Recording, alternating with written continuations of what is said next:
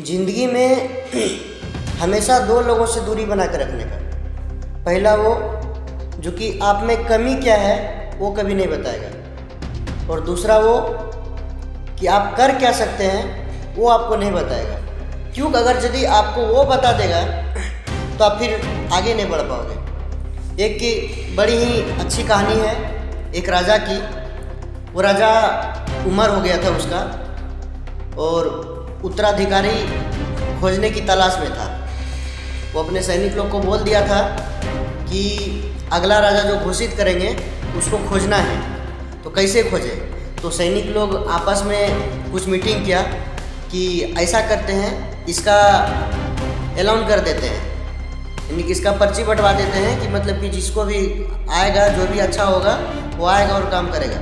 तो राजा बोला नहीं, ऐसा नहीं करना है, इसमें सब तरह का लोग आना चाहिए। कोई भी लेवल का आदमी आ सकता है, गरीब अमीर चाहे जैसा भी हो, कोई भी उम्र की आदमी आना चाहिए। इसमें कोई लेवल नहीं रहेगा, कोई भी आदमी आ सकता है। पूरा अनाउंसमेंट करवा दिया, पूरा गांव में घूम के पूरा अनाउंसमेंट करवा दिया। तो सब लोग को चर्चित हो गया, सब लोग खुशी हो गया तो किया क्या, एक ऐसे ही सब लोग जाने लगा। एक किसान का बेटा था, वो बच्चा किसानी करके पालन पोषण करता था, बहुत ही गरीब था, उसका पापा भी गरीब था। तो उसको भी मालूम चला, पर्ची बंटवाया तो उसको भी मालूम चल गया। तो गया पापा के पास, बोला पापा देखो ना पर्ची आया है, वो राजा उत्तराधिकारी के लिए खोज रहा है, सो एक बार जाऊँ। बोला तुम पागल हो गया है, तुम एक फटा पुराना कपड़ा, एक तो सही कपड़ा नहीं पहन पाता है, और तुम कैसे पालन पोषण करता है, एक कपड़ा नहीं जुड़ता है तुमको, और तुम राजा को उत्तराधिकारी बनेगा, तुमको राजा घोषित करेगा। बोला कि कोई बात नहीं पापा, सब जा रहा है, जब सबको सूचित किया है तो हमको क्या हुआ है, नहीं लेगा नहीं ना, कम से कम देख के तो आएंगे कौन राजा बनेगा।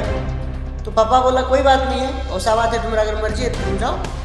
तो बोला कि पापा कुछ पैसे हैं तो दे दो, ये फटे फटा कपड़ा पहन कर जाएंगे तो क्या इज्जत रहेगा।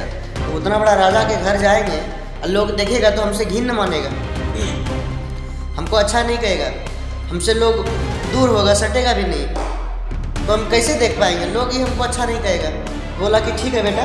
तो किसी तरह उसका पापा ने जुगाड़ करके पैसा वैसा मतलब कि लेके दूसरे से पैसा लिया, दूसरे से एडवांस पैसा लेके किसी तरह एक जगह करके फटाई बेचारे का कपड़ा था, खाली बस ऊपर से उसको जैकेट पहन कर दे दिया, जैकेट खरीद के उसको दे दिया। बोला ठीक है पापा मैं जाता हूँ। बोला ठीक है जाओ, ऐसे तो तुम फालतू का जा रहे हो, तुमको कोई काम होगा नहीं, लेकिन तुम अगर जिद पड़ता है तो जाओ। बोला ठीक है पापा। वो निकल पड़ा। तो चलते चलते थोड़ा कुछ दूर था गांव उसका, चलते चलते जा रहा था, गरीब था, उसके पास ज़्यादा पैसा नहीं था, चलते चलते जा रहा था।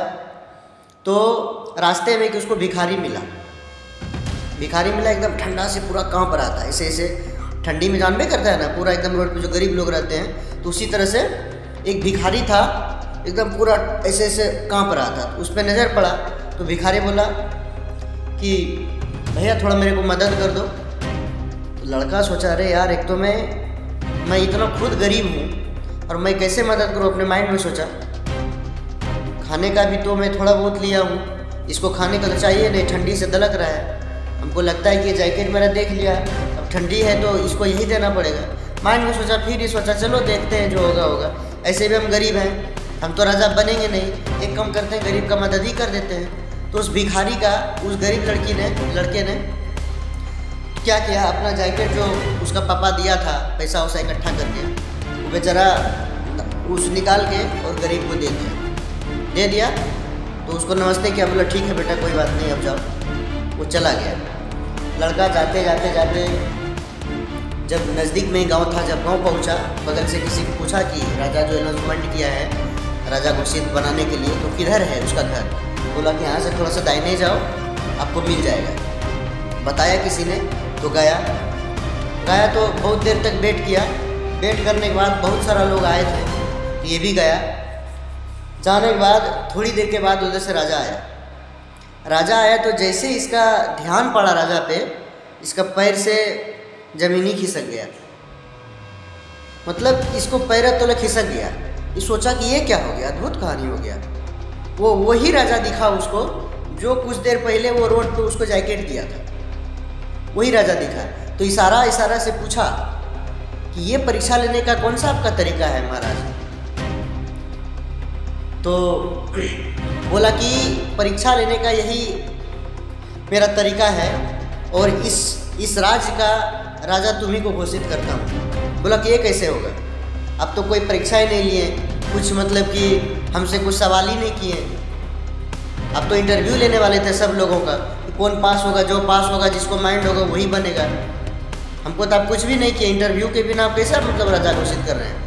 बोला कि राजा घोषित कर दिए। इंसान मन से अच्छा होना चाहिए, गरीब हो तो चलेगा। जो इंसान के पास पहनने के लिए कपड़ा नहीं था, पापा के पास वो पैसा उठा के गरीबी झेल के किसी से मांग के एक तो तुमको जैकेट दिया, और तुम इतना अच्छा दिल का लड़का था, तुम एक गरीब को दान कर दिया। सबसे पहले तुम अपना जैकेट पकड़ो। वो राजा ने उसको प्यार से जैकेट दे दिया। बोला आज से यहाँ का राजा तुम ही घोषित होता है, और उसी को राजा घोषित कर दिया। तो हमारे भाई बहुत ही खुशी मिला उसको, और इतना खुशी उला को झूमने लगा। बोला कि राजा ऐसा करता हूँ, सबसे पहले मैं पापा के पास जाता हूँ एक बार, और पापा के पास आके फिर आपके पास हमेशा के लिए राजा बन के रहूँगा। बोला क्यों? बोला कि पापा मेरा आने नहीं देता था, मैं पापा को वचन दिया था कि मैं कम से कम देख के तो आऊँगा। पापा मेरा बोल रहा था तुम राजा नहीं बन सकता है, तुम इतना फटे कपड़ा पहन के जा रहे, गरीब हो, तुम क्या राजा बन पाएगा। तो वो बेचारा को दिया जाने के लिए गया पापा के पास। पापा भी उसका खुश हो गया। इसके बाद उसी दिन से खुशी हुआ, उसके दिन आया राजा के पास, उसी दिन से उसको राजा घोषित किया। तो हमारे भाई कभी भी ऐसा करें कि सच्चा मन से काम करें और सच्चा दिल से काम करें। कौन कहाँ चला जाएगा, कौन किधर निकल जाएगा, कोई नहीं देखा है। ये ऊपर वाला देख रहा है सबको, वो कब किसको कहाँ पहुँचा देगा वो कोई नहीं देखा है। इसलिए कभी भी ऐसा बनिए दुनिया आपको प्यार करे, कुछ कर ऐसे दिखाइए कि लोग बनना चाहे आपके जैसा, ऐसा कीजिए। वीडियो आप लोगों को अगर अच्छा लगे भाई को सब्सक्राइब करें और कमेंट करके ज़रूर बताएं अगर कहानी से अच्छी सीख मिली तो। आज इतना ही, थैंक यू, लव यू।